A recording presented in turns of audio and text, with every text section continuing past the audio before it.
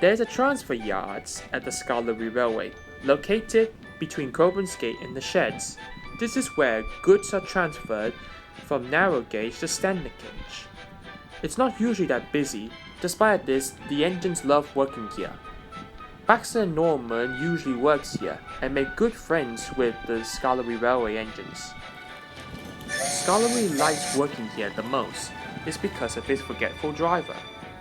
He remembers a time when he arrived at the station with the cleaning brushes leaning against his boiler because his driver had forgotten to remove them. He even left 2 socks to dry and on Skarloey's buffers once, and the poor engine was teased by the others. Working in the transfer yards was a good thing for Skarloey as to avoid any embarrassment up on the line with his forgetful driver. One morning, Skarloey's driver woke Skarloey up. "Wake up, Skarloey. Hey, you see my tea and biscuits?" "No, I haven't," said Skarloey. "I just woken up." "Don't tell me you lost them." "I think I did, but I do not know where I put it." "I can't go out without having them." "Forget about that. We got work at the yards." "Alright then. Well, at least it's only a short one." After the whole day, Skarloey was looking forward for a good night's sleep, but when his driver had forgotten something else. "Where's my torch? I'm sure I put it here." "Never mind about your torch," said Skarloey. "Just damp down my fire, go Sodor, and go home." "I just can't believe it, you two," said Skarloey to Sahando and Peter Sam. "I know my driver is forgetful, but yesterday was worse. It seems his stuff had gone missing. Someone must have stolen them." "What about your driver?" said Sahando. "What a useless man." "Don't say that, Sahando," said Peter Sam. "He may be forgetful, but he's still useful." "Whatever you say, Peter Sam." "Say," said Skarloey, "maybe if I could have a police officer with me tonight, maybe that should work." "What a good idea," said Sahando and Peter Sam together. "Let's hope it works," said Skarloey. "Better be." "Hey, Sahando, what, Peter Sam?" With the Think Controller's permission, a police officer was stationed at the sheds with Skarloey, and throughout the night there was nothing unusual. But the next morning was a different story when his driver came along. "Well, I did find something interesting," said the officer. "And guess what I found?" "That's my torch," said the driver. "How can it get here?" And then they saw a line of breadcrumbs right next to a stool.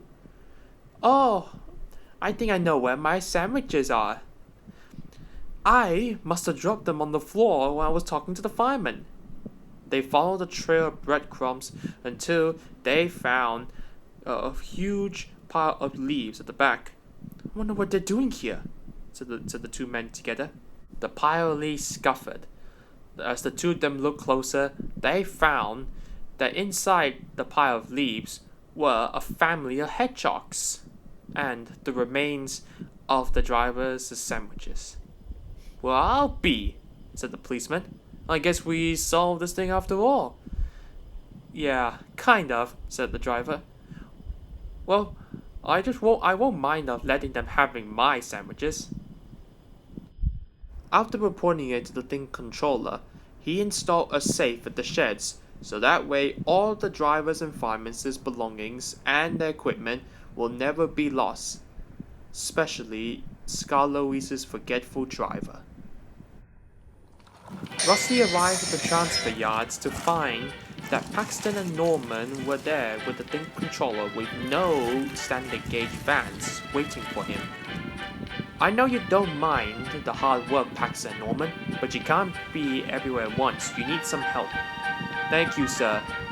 "And Rusty, those trucks you're waiting from the standard gauge ones, they're arriving on an engine who's going to help Paxton and Norman for a while. And unfortunately, the engine was James. He did not like it at all." "Why do I have to do this, sir?" said James. "I do not like shunting trucks for the little engines."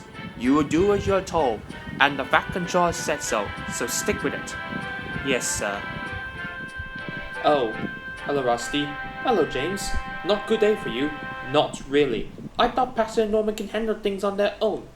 "Well, they are, but they need help. Extra wheels, I would say." I don't expect me to be involved here.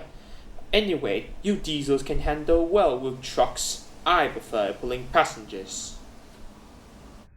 Rusty returned to the sheds to tell the others that James was helping at the transfer yards. Oh dear, I knew that he's gonna cause trouble here, said Rheneas. What seems to be the problem with him? After all, he's a lot worse than Sir Handel and Duncan put together. Oh, thanks for that, Duke, said Duncan. I handled him before. Besides, I'll give him a piece of my mind. And how are you going to do that? Said Rheneas cheekily. By the way, last time you tried to do something to James, you ended up nearly causing confusion and delay. Well, never mind about that. They continued to chatter about James all through the night. The next day, Duncan and Ivanhoe were at the transfer yards as Rusty shunted some vans to a siding. I say, Ivanhoe, I can't believe that James has been rude to me again. Seriously, Duncan? You going on like that? Come on, Ivanhoe. Don't even get, boned about by James. No. Rusty, what did James say to you yesterday? Well, he said something about he hates pulling trucks. And diesel engines are very useful for pulling with trucks. See, I told you, Ivo. But it wasn't just James being rude to the little engines, it was also to the trucks. The trucks were having enough of James. He bumped us around, they complained. Let's pay him out. That afternoon, James had to go and collect a large consignment of flour from the windmill. The trucks were reluctant to go with him. They have enough of being pushed around by him for one day. We won't go, they protested and held back against him. Oh, come on, Rusty scolded them. The villagers need their flour to make their bread in the morning. We don't want to disappoint them. The trucks reluctantly agreed. I could have managed, thank you, said James. I don't need a diesel like you marshalling the trucks around. I can handle them with ease. Rusty was not convinced. On the way back, James was thinking of more things to say to Rusty.